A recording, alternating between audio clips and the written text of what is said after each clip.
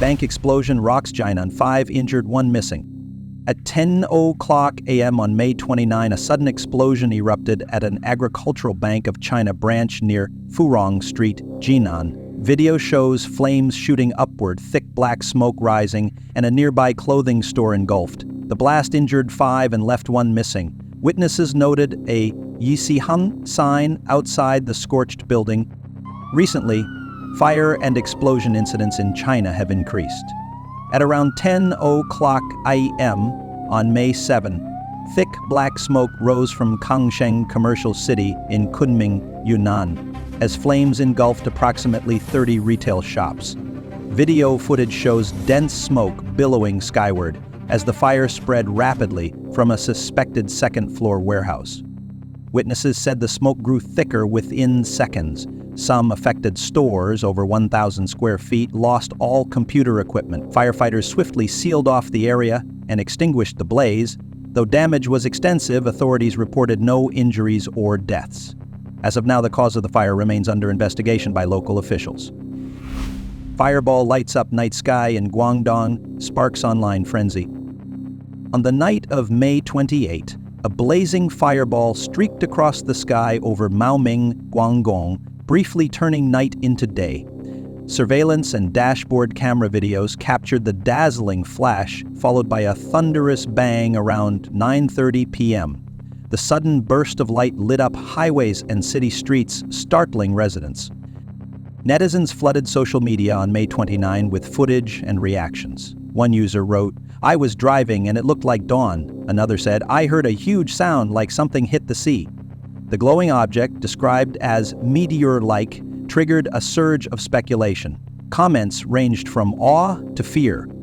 It looked like Mars. Is the world ending? An apocalyptic omen.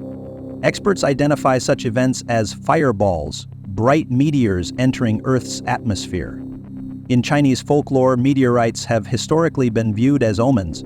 Authorities have not confirmed if the object landed or caused damage. Heroic catch. Crowd saves 100. 2-year-old man in 30-foot fall. On May 27th in Henan, central China, a dramatic rescue was caught on video as a 102-year-old man fell from a third-floor window, roughly 30 feet high. The footage shows over a dozen people holding a blue safety mat, rushing beneath the building. Seconds later, the elderly man plunges from above and lands squarely on the mat. The group collectively cushions the impact, preventing what could have been a fatal accident. The clip circulated widely on Chinese social media platforms, drawing praise for the spontaneous act of cooperation. Local reports confirmed the man survived the fall without major injuries. Modular smuggling gear suggests organized stowaway ring to Taiwan. In the past 2 years, Taiwan has recorded 27 cases of Chinese nationals illegally entering by sea. Video reports show captured vessels equipped with modular smuggling gear designed for rapid assembly and concealment. According to Taiwan's Maritime Affairs Council, the stowaways came from 15 regions across China, including inland provinces. Officials suspect a coordinated network may be facilitating these operations, though no group has been officially named. The repeated use of similar equipment and diverse origins of those involved suggest a systemized large-scale effort behind the illegal crossings, raising security concerns across the Taiwan Strait. Construction workers kneel in protest over 9-month unpaid wages in Shaanxi.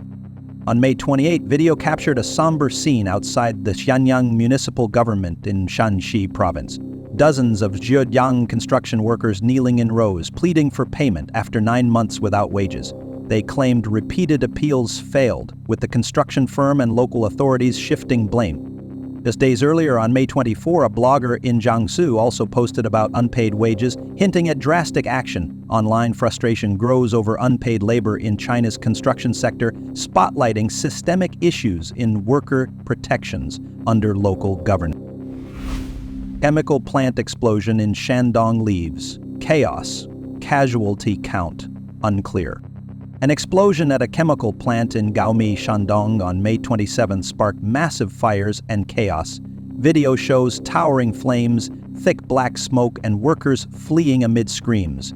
Authorities reported 5 dead and 6 missing, but multiple eyewitnesses and local footage suggest higher casualties. One resident wrote, "Even 50 ambulance wouldn't be enough." Despite widespread videos circulating online, Chinese officials have released limited updates, fueling concerns of underreporting. The cause of the explosion remains under investigation as public suspicion grows over the Chinese government's handling and transparency of industrial disasters. Liaoning aircraft carrier operates near Taiwan as 40 Chinese military assets detected. On May 27, Taiwan's Ministry of National Defense reported tracking 31 Chinese military aircraft and 9 warships near the Taiwan Strait.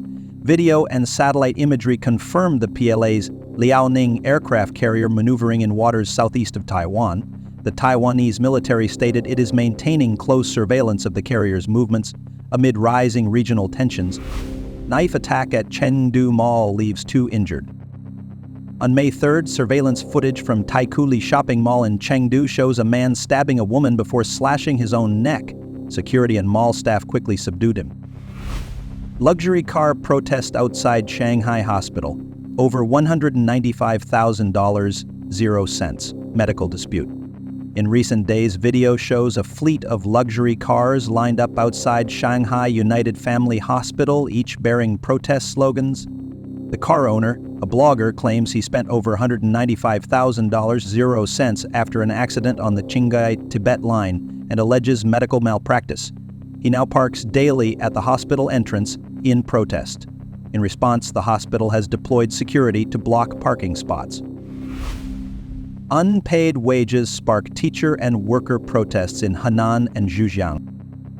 On May 30th, a blogger in Tongbei, Henan, reported that local special post teachers haven't received full wages since December. Only about $210, 0 cents was paid. Videos show rising frustration over 2 months of unpaid salaries. Meanwhile, on May 28th at Taidai Optics in Zhejiang, workers protested inside the factory over wages unpaid since March, demanding immediate payment from management. Electric bikes seized after work. Blogger's rant goes viral. On May 29, a blogger posted video showing 2 electric bikes missing after work, replaced with police detention notices. In a flustered voice, he joked, "The ox is still here, but the horse is gone," a phrase that quickly went viral online, drawing laughs and sympathy. Built-in printer found beneath road in Zhejiang, cracks raise concerns. On May 29, in Zhejiang, video from a blogger revealed a tunnel exit where a printer was embedded beneath a surface, disguised with bricks and tiles. Cracks had already formed, sparking public concern about construction quality and hidden structural issues. The footage quickly drew attention on Chinese social media. Fuhe River floods in Wuhan, fish found poisoned. On May 28, a blogger filmed the Fuhe River flooding near the Lijiadun sluice gate in Wuhan's Dongxihu district, showing poisoned fish floating on the water's surface. In the video, he voiced frustration, saying no local authority had responded and likened the situation to being stuck in the 2000s. As dead fish bobbed in murky water, he questioned whether officials would wait for the water to dilute before testing. What caused this, he asked, pointing to the silence from regulators. The footage sparked concern online over environmental oversight and rural water pollution. Henan, bank depositor detained after public plea in Zhengzhou. On May 28, Luo Dongmei, a village bank depositor in Henan, was seen outside Zhengzhou's Erchi Square Memorial Tower, tearfully begging for help. Video shows her pursued by unidentified men, one claiming to represent justice. Moments later, Luo was handcuffed and taken by police to the Jinshui District Law Enforcement Center, where she was interrogated for over 10 hours. She had called police multiple times to report the harassment, but received no response. Her case has stirred public concern over depositor rights and the treatment of petitioners seeking accountability for frozen rural bank funds.